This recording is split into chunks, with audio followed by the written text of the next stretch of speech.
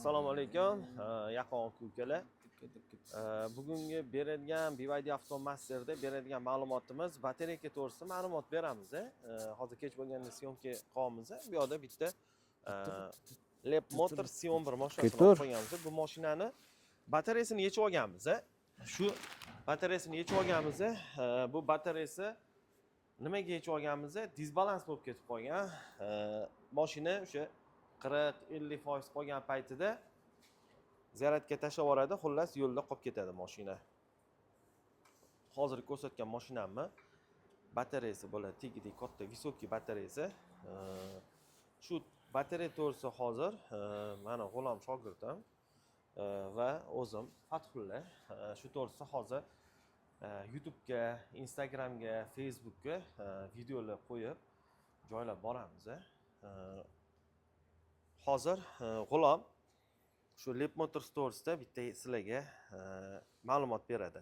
G'ulom, nega bitta bu Leapmotor mashina to'g'risida emas ma'lumot, qolgan hamma elektromobillarga tegishli, nega bu elektromobillar zaryadkasi 30-40% qolgan paytida o'chib qolyapti? Bu sababga olib kelish, bunaqa sababda o'chib qolish sababi nima?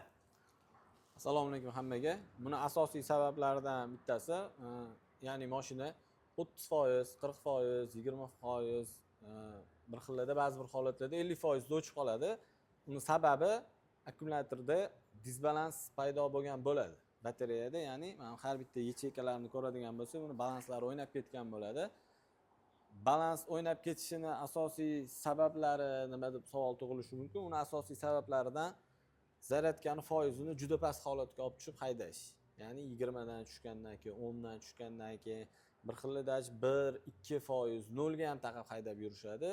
Bu noto'g'ri foydalanish hisoblanadi. Unaqa holatda haydash mumkin emas. Iloji boricha 20 dan tushirish mumkin emas. Tushgan taqdirda ham akkuratni sekin yurgan holatda zaryadkaga yetkazib olib borish kerak.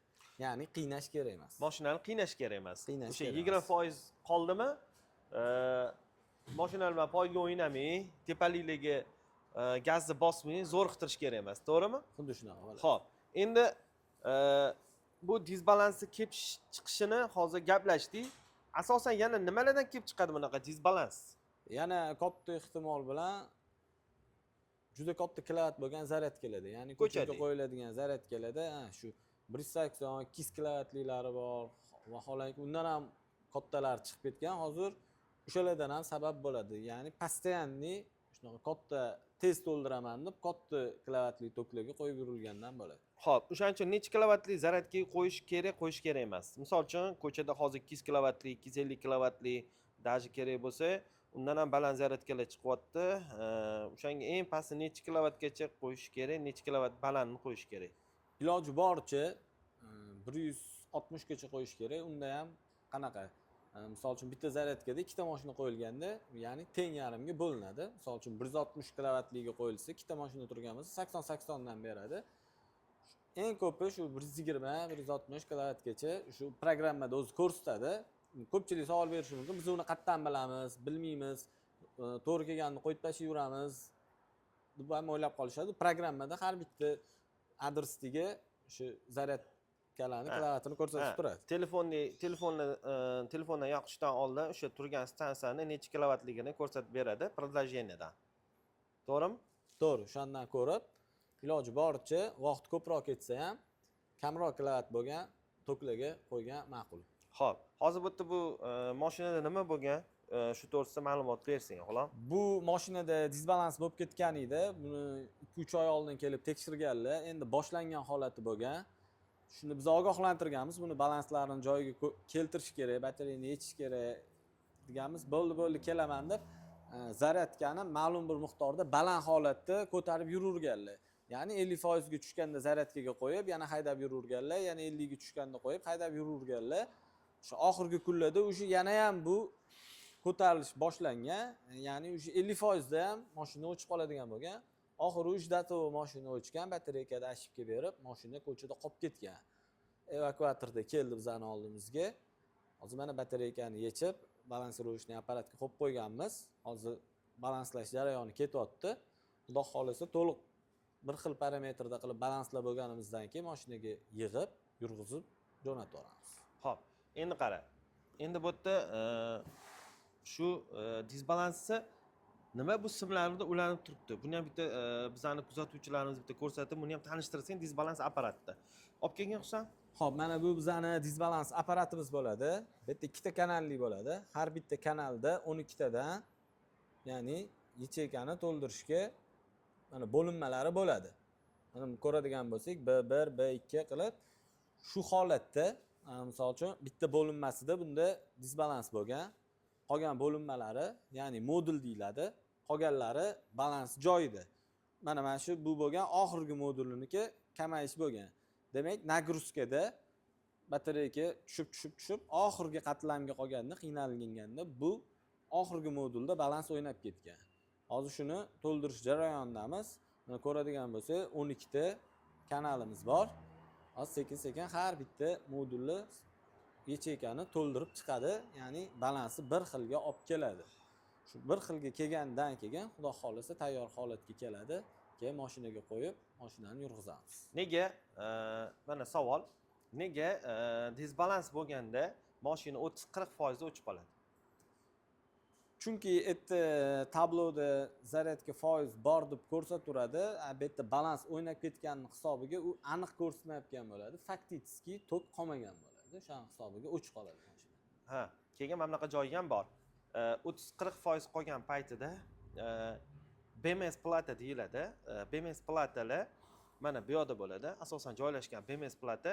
Bu BMS plata mana shu ko'rib turgan batareyaga yacheykalarni bir xil me'yorda ushlab keladi. Agarda bir xil me'yorda ushlab kelgandan keyin, mana misol uchun bu yerda hozir 40% da o'chib qoldimi? O'chib qolgandan keyin qolgan BMS platalarga nagruzka tushmasligi uchun BMS plata informatsiya beradi blokka. O'shandan keyin bu yoqda o'sha mashinani yurg'izmaydi, bloklaydi. Bloklagandan keyin nega bloklaydi? O'sha aytadiki, sen ustaxonaga borgin, BMS plata ko'rsatadi. Batareyaga endi ayb bor deydi. Bizga keladi, biz kompyuterga solamiz. Kompyuterga solganimizdan keyin bizga aytadi. Katta deydi, nima deydi? Kompyuter Disbalans bor deydi. katta disbalans bor. Kompyuter ko'rsatib beryapti. Katta ichida batareya ichida o'ynab ketish, disbalans o'ynab ketgan. O'shaning hisobiga o'zini o'zi zashita qilib 40% da o'chadi, 30-40% da o'chadi. Agarda bunaqa holatda ham yana to'ldirib yuraveradigan bo'lsa, mashina keyin nima bo'ladi? Zaryadka olmay qoladi. O'zi zaryadka 7 kilovatli zaryadkaga qo'yadimi? Ko'chadagi katta zaryadkalarga qo'yadimi? Zaryadka olmaydi, o'zini o'zi blokka soladi. Endi asosan G'ulom, bu yerda BMS plata ham kuyadimi? BMS plata ham kuyadi ko'p hollarda.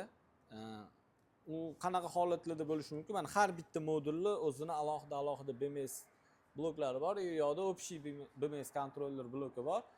Ko'p hollarda u zamikaniyaning hisobiga, ya'ni shu BMS blokka kelgan simlarni zamikaniyasida bo'lishi mumkin yoki qaysidir yacheykada zamikaniya bo'lishi mumkin. Ichki qismlarida yoki sovutish tizimida muammo bo'lsa, BMS bloklari kuyib qoladi. Endi BMS platani ham kuyishini sabablari ham bor. Hozirgi videomiz oldida G'ulom gapirib o'tib ketdi.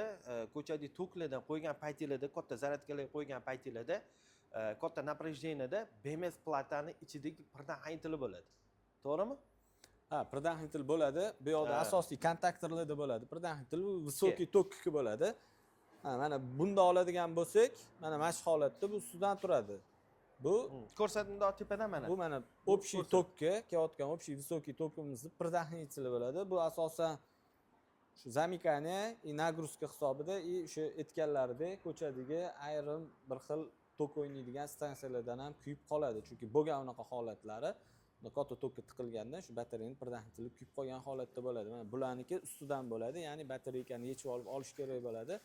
BYD gibrid mashinalarida batareya turgan joyida tegidan yechib alishtirsa ham bo'ladi. Uni videolarini qo'yganmiz, ko'p alishtirganmiz. Mana shunaqa holatdagi предохранителlar bo'ladi. Bundan bizda bor. Ha, bor. Bu BYD mashinaniki mana 250 amperajli. Bu BYD Song Plus gibridniki. Asosan o'zi ko'proq gibridlarda hozirgi kunda kuzatilyapti. Bu narsa ko'p kuyapti, qo'limdagi предохранитель. O'shaning uchun iloji boricha ko'chada toklarda ham qo'yayotgan paytinglarda tekshiringlar. Telefondan sizlarni предложениеңizdan ko'rsatadi, tok o'ynayaptimi yo'qmi. O'shani ko'rsatgan paytida ahamiyat beringlar. O'zingizlarga iloji boricha stansiyada tok o'ynamaydigan stansiyani topib olganinglar yaxshi. Biz aytmaymiz, qaysi stansiyalarda ko'p tok o'ynashini o'zingizlar bilib, qarab, ko'rib yurganinglar yaxshi. To'g'rimi, o'g'lim? To'g'ri. Xo'p, endi bu yerda batareykani ko'pchilik zashitning qo'yish kerakmi, tagiga yo'qmi deb savol berishadi. Zashitning nimaga qo'yiladi, nimalarni oldini oladi? Hop, zashitniga keladigan bo'lsak, mana bu batareykani holati bo'ladi. Yecheykalar ustida bo'ladi. Buni tek qismi, ya'ni sovutish sistemasi bo'ladi. Radiator qilib tushuntiradigan bo'lsak, mana bu yerda bu mana antifrizning sistema. Shu antifriz o'zini mana liniyalarida yuradi. Tegi mana bu sovutish bilan shug'ullanadigan asosiy qatlam bo'ladi. Endi zashitniga keladigan bo'lsak, buni tegi shu mana alyuminiy korpus bo'ladi, ustida yuqa plastinasi bo'ladi. Zashitasi yo'q mashinalarda. Buni endi temir zashitni qo'ysa, har xil yo'llarda, misol uchun temirlar bo'lishi mumkin, qanaqadir predmet jismlar bo'lishi mumkin. Bu alyuminiy korpusni teshib zarar yetkazib qo'yishi mumkin. Shuni hisobiga zashitni qo'yib olinsa, oldi olinadi ancha batareyani saqlash uchun. Ha. Endi qara, g'ulam. Oldin bizda 2020-yildan 2024-yilgacha bizda chiqqan sistemalar, mana bunaqa sistemada chiqqan axlajdeniyasi, batareyaning axlajdeniyasini antifriz sovutgan. Hozirgi hozir biz 2026-yilda 24 yil oxirlaridan 25dan o'sha 26lardan sistema freon sistemada chiqyapti. Freon sistema batareykani ichidagi axlajdeniyasini freon muzlatib beradi. Bu yerda freon muzlatib bergandan keyin antifriz aylanmaydi. Freon aylanib muzlatadi. To'g'rimi, o'g'lim? To'g'ri. Bu chempion yangi model mashinalarida aytganingizdek freon bilan sovutadigan bo'ladi. Ya'ni shu kondisioner freoni odatdagidek mashinalardan ko'ra ko'proq bo'ladi. 2 baravar ko'p bo'ladi. Misol uchun antifriz axladash sistemali mashinalarda misol uchun 600-700 gram freon ketadigan bo'lsa, ularda 1 kilo 200 freon ketadi. Sababi polniy batareyani ham freon bilan sovutadi. Shuning uchun shu freonlarni ham oqib ketishiga e'tibor berish kerak. Ko'p mashinalarda DTP bo'ladi, radiatorlar teshilib qoladi. Uni joyiga qo'yishmaydi. Natijada batareyaga shu nagruska bo'ladi, ya'ni qizib ketish ehtimollari bo'ladi. U holatlar ham ko'p bo'lgan. Shu joyda pauzani bosgan.